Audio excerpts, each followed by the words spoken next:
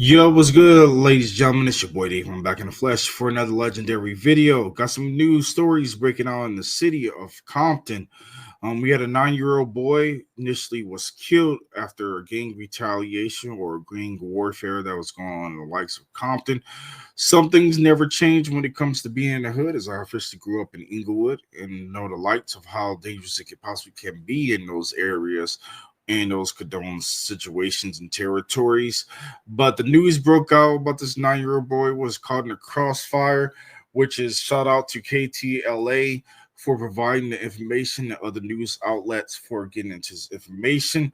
But let's go ahead and get into this video. Appreciate you guys coming through, and let's go ahead and see how everything broke down with this news breaking out. Now to more breaking news. A 9-year-old boy is gunned down while playing in front of his grandfather's home in Compton. Tonight, the boy's loved ones are holding a prayer vigil to honor his memory.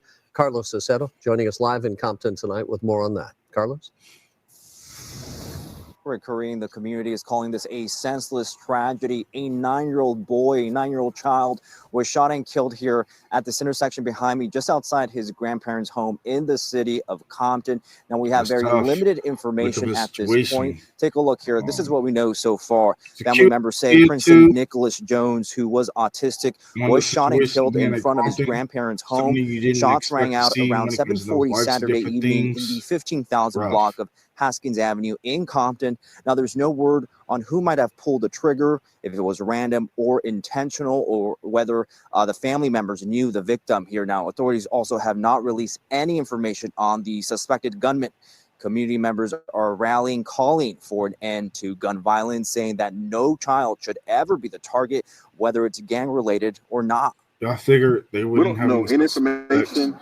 What we do know code is they don't like to snitch over there, and they pretty much don't like to go about it when it comes to situation. I believe that's his grandfather right there, sorting everything with the community, trying to get the candlelight vigil and all that over in Compton.